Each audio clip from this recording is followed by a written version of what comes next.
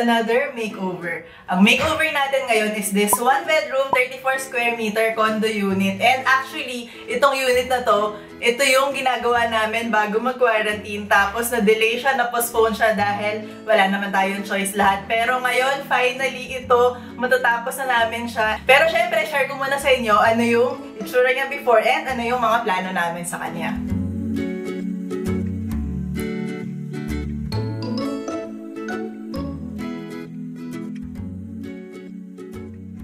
So, meron siyang tatlong main request para dito sa space niya. Yung unang-una talaga is dagdagan ng madaming storage. As you can see, very limited yung storage niya dun sa existing niya na design. Kaya gusto niya talaga ma-maximize lahat ng sulok para lagyan namin ng mga space for storage. Tapos, second request naman niya is gusto niyang gawing maaliwalas yung space kasi parang ang dilim-dilim niya before, dark gray yung wall, ganyan. Tapos kulang din yung light niya. Wala, parang gusto lang niya na very bright yung space, maaliwalas, maganda. And pangatlong request is instead na gawin siyang typical na 1-bedroom layout, papalitan natin yung function niya. Yung bedroom niya, gusto niyang gawing walk-in closet, dagdagan ng storage, doon din yung parang vanity area niya. Tapos, yung main living space niya, gagawin natin medyo semi-studio unit. Nandun na yung bed, nandun yung dining, living, and basta nandun yung main living space niya. Kaya, yun yung goal natin para dito sa unit na to. Actually, nakapag-shopping pa ako before nung quarantine. And, ayan, share ko sa inyo tong pag-shopping natin ng tiles.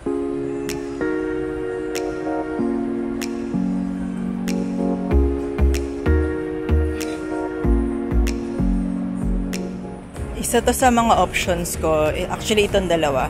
Pinag-isipan ko kung red or itong tan lang. Kaso, ang problema ko is 25 by 25 lang to. Ang tatanggalin namin is 30 by 30. So, may iwan ako ditong tagpa 5 cm left and right. Pwede naman yun. Papalagyan ko na lang ng border. So, meron din siyang effect. But, we'll see kung ano talaga ang mapagdesisyonan natin. Kailangan naman natin ngayon is mga vinyl flooring kasi di ba gagawa tayo ng platform na bed and lalagyan natin siya ng flooring, so maghanap tayo ng magandang option dito. Naghanap ako ng medium brown lang. Ito, sobrang dark. Ito medyo red, light. So kailangan natin actually parang ganito kasi ito nakita nyo mas gray. Ito mas brown lang. Feeling ko ito yung closest dun sa existing na flooring nila. Yung medyo natural oak looking na wood. Medium, gitna. Ito yung light, tingnan niya. Ayan, halos white. So, dito tayo. Ito na lang yung kunin natin para dun sa platform bed.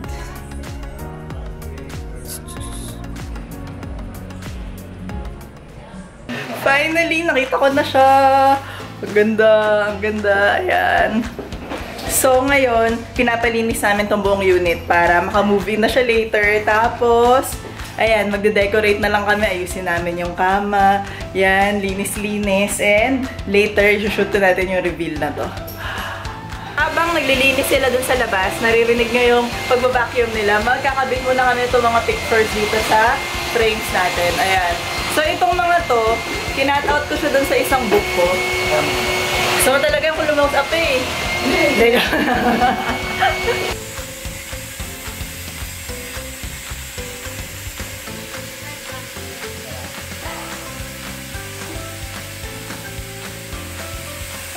Nako, mag-shoot na tayo. Alas 2 na.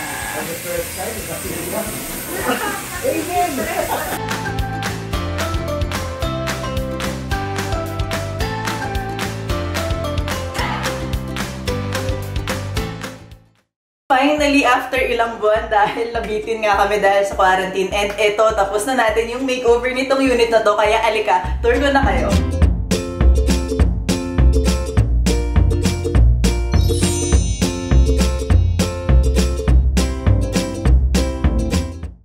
Pagpasok mo ng unit dito sa right, meron siyang storage. Before, nandito na tong parang structure na to. Pero gusto natin ng mas malinis. Ang alam ko, curtain to dati. So, pinapalitan natin itong sliding door. Ayan. Para mas malinis tignan. And ang dami niya agad storage dito. Tapos, dito naman sa left, no main door natin is yung kanyang kitchen. So, dito sa kitchen, basic lang yung ginawa nating makeover. Yung existing niya kasing cabinets, black siya lahat. So, ang lalong ang dilim tignan. Kaya ang ginawa natin, pina-white lang natin siya. Tapos, before, wala siyang tile sa likod. Pinalagyan lang natin siya ng backsplash tile. Ilagay tayo nitong mga gold na handle para medyo mas glam naman yung kitchen niya. So, yung medyo major lang na ginawa natin dito sa kitchen is itong parang flooring niya. Kasi, ayaw na namin palitan yung tiles ng buo kasi ayaw niya ng sobrang renovation talaga. Gusto niya minor na aesthetic update lang. Pero, ang problema, meron basag dito somewhere na tile sa gitna. Kaya, ang pinatanggal ko lang is yung sa gitnang part lang. Tapos, naglagay tayo nitong accent tile. Tapos, may border tayo ng ganyan para mas mukha siyang meron siyang rug effect or meron accent na nagaganap dito sa flooring niya. Then, dito naman sa wall na to, itong mirror na to, existing na mirror na yan. Hindi na natin pinatanggal kasi syempre gusto rin naman natin ng mirror na malaki para mas maluwag tignan yung space. Pero, pinalagyan lang natin itong frame para mas finish yung look niya, mas maganda siyang tignan. And, nagpalagay tayo dito ng bar table niya, tsaka itong mga bar chair niya para meron siyang dining area yan. So, pwede ka mag-coffee, pwede ka tumambay dito, di ba masarap mag-breakfast dito. So, pinili lang nating bar is yung narrow lang para hindi masikip, pero very pa rin siya, functional pa rin siya para dito sa space natin. So, dito sa wall na to, ito yung ginawa natin na pinaka-accent wall. Siyempre, gusto natin ng maraming storage dito sa space. Ang isa namin pinadagdag, dahil meron parang beam na dito sa left and right, is itong buong likod ng sofa.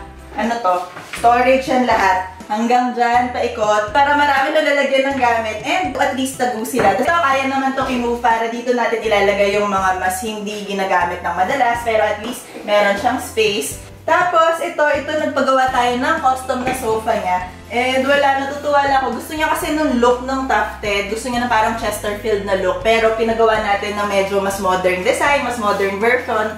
Tapos, pinalagay natin yung tela na to. Para siyang leatherette. Yung itsura niya is fabric looking. Kaya ang ganda lang yung tignan. Pero madali siyang linisin. Kaya favorite ko tong material na to para sa mga sofa. Lalo na pag light color. Okay to, madaling linisin. Then, dito naman sa taas ng storage natin, syempre meron tayong black wall. Kaya gusto ko maglagay lang dito ng extra texture, extra pattern, pero hindi yung super laki ng contrast. Kaya, ito yung wallpaper natin. Yung parang medyo may metallic na konting medyo gold, na silver, na may rose gold. Basta ang ganda lang niya, bumagay siya dun sa overall effect nitong space natin. And syempre, for additional naman na lighting natin, dahil gusto nga niya ng maaliwalas, ito, nagpalagay tayo ng ilaw dito sa ibabaw. At least medyo ma-accent din itong wallpaper. Ang ganda ng lighting niya. Na-imagine ko dito kapag kagabi, tapos yun lang yung ilaw. Parang feeling ko ang cozy-cozy. So, ayun, sobrang na-happy ako dun sa effect na yan. And speaking of light, nagpalagay din pala tayo nito.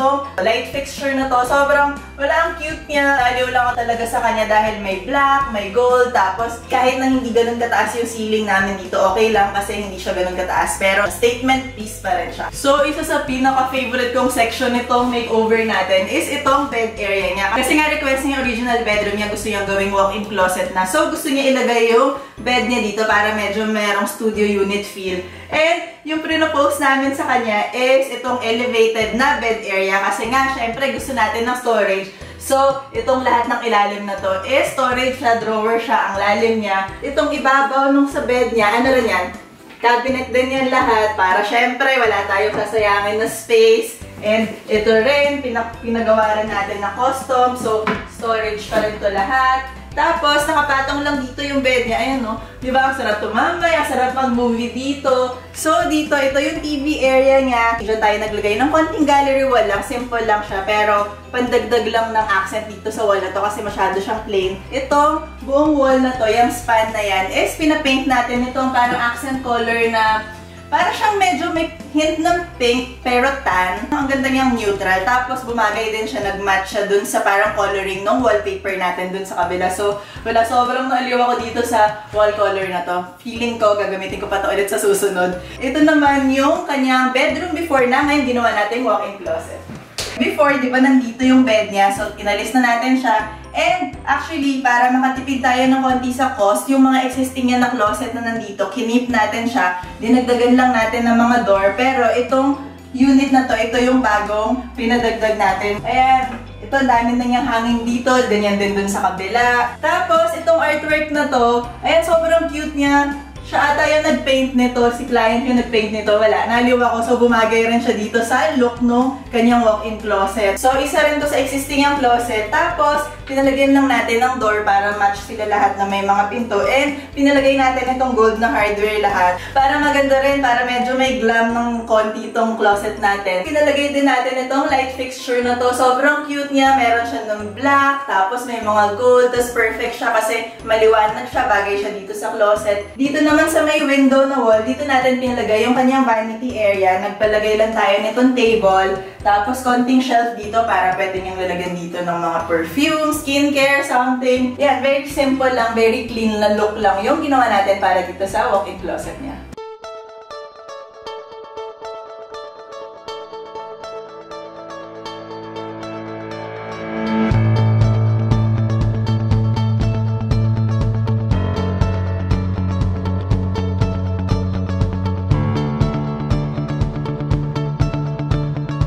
So that's it for our makeover. Sobra akong na-happy talaga sa itsura niya, sa result niya. Kahit na medyo talagang na-delay tayo because of quarantine. Pero super thank you rin kay client para sa patience niya. Natapos na natin yung unit niya and hopefully ma-enjoy niyo tong space na to dahil feeling ko na-achieve naman natin yung mga request niya. Tapos yung function ng space, as in naging mas functional siyang 100 times. 100 times talaga. Pero ang dami na nating storage. Nakita nyo naman. Tapos, meron na siyang walk-in closet. And wala, talagang happy lang ako. At saka, sobrang love ko talaga tong wallpaper. Tapos, bumagay siya dun sa accent color natin na parang tan na wall. Sobrang cute niya with the gold, with the black. Hopefully, nagustuhan nyo yung makeover natin today. If you did, please like this video and do subscribe to my channel for more home makeovers, design tips, design advice, and you may also follow me on Instagram. So, yun lang muna for now. Until next time, bye!